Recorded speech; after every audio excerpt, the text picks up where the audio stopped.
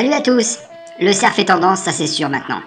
Il surfe sur le discours et l'ambiance de suspicion actuelle à l'égard des plus pauvres. Il n'y a qu'à voir la surenchère de déclarations des uns et des autres, ou les récents articles comme celui de Valeurs Actuelles. Ou encore les propos tenus par l'autre là, Johnny Hallyday. Et Juppé aussi. Depuis quelques jours, le président du conseil départemental du Nord déverse son fiel, mais toujours sur un ton de bon père de famille, dans les médias nationaux et régionaux qui le citent en exemple, en pourfendeur du gaspille, de la fainéantise, de la fraude. Des promesses aux actes. Près d'un an après s'être engagé à sanctionner les fraudeurs au RSA, le président nordiste Jean-René Lecerf est passé à l'action. 2000 bénéficiaires en ont déjà fait les frais pour ne pas s'être inscrits à Pôle emploi. Ah bon, c'est ça être fraudeur? Ne pas s'inscrire à Pôle emploi? Ben c'est vrai qu'il suffit de s'inscrire à Pôle emploi pour trouver du boulot. Je m'en vais à la chasse, je m'en vais à la chasse, avec mon beau fusil, je m'en vais à la chasse. C'est peut-être pas évident en me voyant, mais je suis un sacré chasseur. Eh oui, la chasse à courre est ouverte. Mais cette fois-ci, ce n'est pas le cerf, le gibier. Ce sont les pauvres, précaires, démunis de notre département, les cibles. Mais au fait, c'est quoi être pauvre? Ce sont qui les pauvres? Le pauvre, c'est potentiellement chacun d'entre nous. Un accident de la vie est vite arrivé. On comprend maintenant pourquoi Jean-René Lecerf a recruté comme assistant d'élu Frédéric Nious, ex-candidat à la présidentielle de chasse, pêche, nature et tradition. Pour le cerf, l'équation est simple. Le RSA coûte au département. Le RSA, ce sont les pauvres. Donc les pauvres coûtent au département. Il faut donc radier les pauvres. Et ils coûtent à la collectivité parce qu'ils ne font pas ce qu'il faut pour ne plus être pauvres. Comme si, finalement, ne plus être pauvre, ce n'est qu'une question de volonté, de démarche administrative auprès de Pôle emploi. L'emploi, quand on le cherche, on le trouve, hein. Mais ce que ne dit pas le cerf, c'est que sur les 152 000 foyers nordistes au RSA, un tiers d'entre eux sont des travailleurs pauvres parce que sous-payés ou exploités à temps non complet.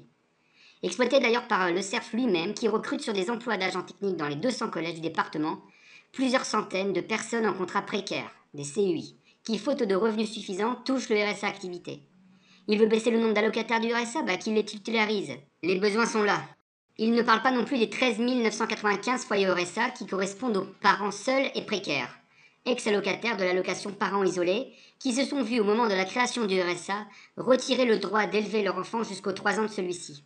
La suppression de l'API, c'est l'obligation pour ces personnes isolées d'aller bosser dès la fin de la durée légale du congé maternité. Il oublie aussi de préciser que sur les 152 000 foyers qui coûtent, selon lui, au département, 87 600 d'entre eux sont largement en dessous du seuil de pauvreté, car perçoivent juste le minimum vital, le RSA socle, qu'il est prêt à leur supprimer en les radiant. Nous sommes étonnés qu'au Hollande n'ait pas fait appel à Lecerf pour inverser la courbe du chômage, puisque ce dernier affirme que grâce à lui, 3089 allocataires ont retrouvé un emploi depuis janvier dernier. Mais quel emploi? CDD, CDI? Contrat précaire? Contrat multiple? Ça, il se garde bien de le préciser. Nous ne sommes pas dupes. Ces mesures n'ont pas vocation à mettre fin à la pauvreté. Au même titre que les patrons du secteur privé, sur l'autel du moindre coût, ils suppriment, en tant qu'employeur public, des emplois, 350 par an au département, et met à disposition de ses amis entrepreneurs une main-d'œuvre bon marché, qui n'a plus d'autre choix que la précarité de l'emploi ou la suppression de ses moyens de subsistance. En avril dernier, à l'occasion de son anniversaire, nous lui avons offert 1 mois de RSA socle renouvelable. On ne comprend pas d'ailleurs, le sujet lui est cher et pourtant il n'a pas voulu tenter l'expérience.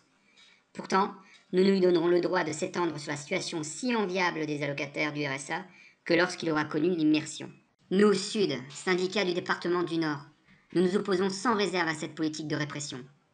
Nous refusons que les agents publics soient instrumentalisés comme outils de contrôle des populations. Et dans l'attente d'une mobilisation d'ampleur, tous les grains de sable pour bloquer la machine sont les bienvenus.